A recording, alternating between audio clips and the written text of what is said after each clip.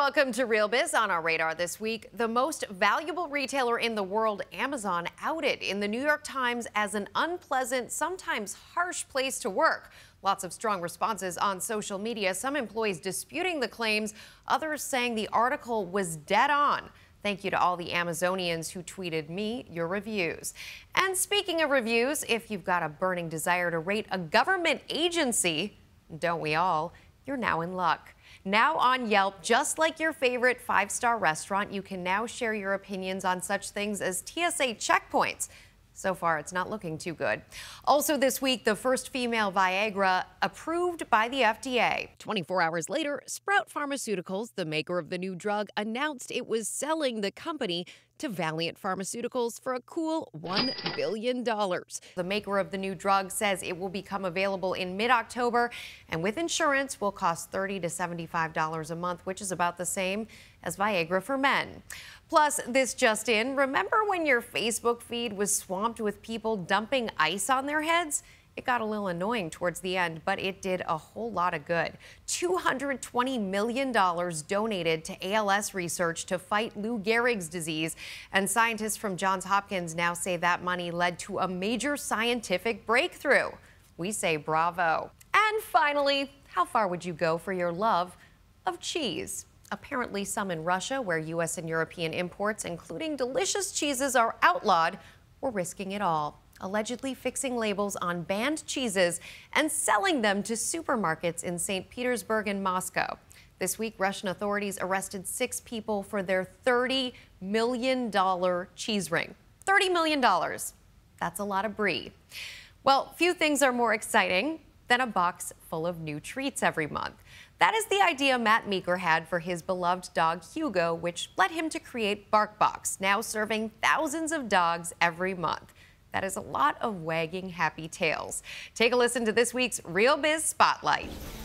You are all things dogs. Yes, yes. What does that mean? We do everything that makes a dog happy. That's our place in the world, is to make a dog happy. How did you come up with this idea in the first place? I came up with the initial idea for BarkBox from my own dog. I have a Great Dane named Hugo. I live in New York City, so he doesn't get the best treatment from New York City pet stores. They don't cater to a dog of his size very well. So I just wanted to make him happy and get him new stuff and get him excited. And it's a box of goodies for your pup that comes out every month.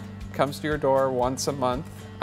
4 to 6 toys, treats, chews, bones, bully sticks, anything your dog will love. And it's really fun to open it with them. What did you get in the mail? Fancy, what is it? What is it, Fancy? What did you get? They get excited, you get excited. Just have fun, make dogs happy. How do you choose what goes into the box?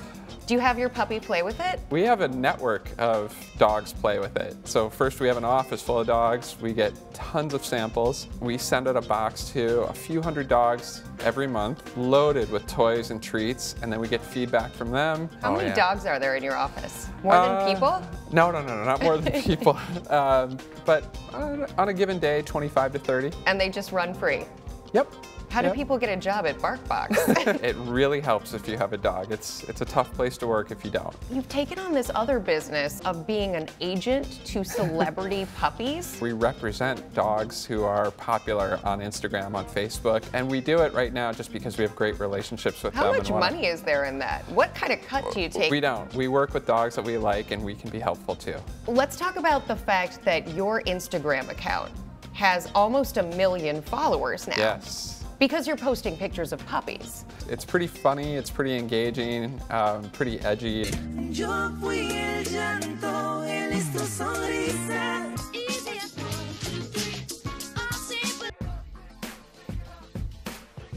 It's so interesting to me. People in economic downturns, the last thing that they cut spending on are their pets. Yep. Their puppies. Yep. So this is good for you. This is great news for you. How many people are you sending the BarkBoxes out to today? We send about 250,000 right now. What's the goal 5 years from now? The goal is just to make every dog as happy as possible. The company itself is growing very quickly, so it could be a public market opportunity at some point. People love their dogs. They're emotional, they're passionate.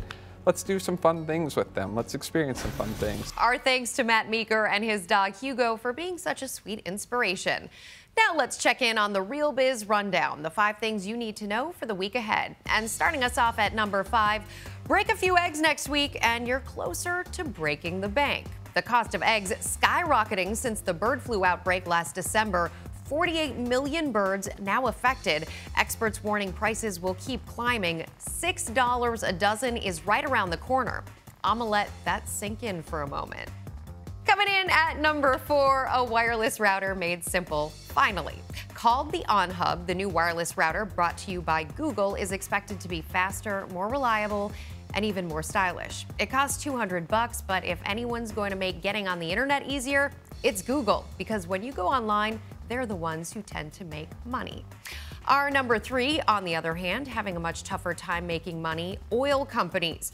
Crude prices continuing to crater, which brings us to good news for people in the Midwest and California who've experienced the recent price hike. Well, we hear gas prices are about to start dropping again. Experts even say the country should be on track for $2 in the fall, which you won't have to worry about if you're carpooling in a Tesla. Number 2 on our list this week, the electric car maker Tesla rumored to be eyeing a ride-sharing service with a possible launch date in the next year and a half. CEO Elon Musk neither confirming nor denying reports. And finally, it used to get prime real estate in the Apple Store, but now the iPod is relegated to the accessory shelves at the back, making room for the new kid on the block, the Apple Watch.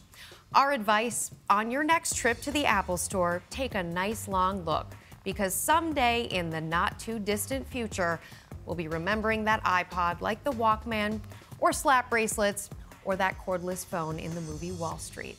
All right, everyone, that's all for this week. Continue the conversation with me on Twitter at Rebecca Jarvis. Like us, comment, and subscribe, and send me your snaps. Thanks for watching so much. Have a great weekend.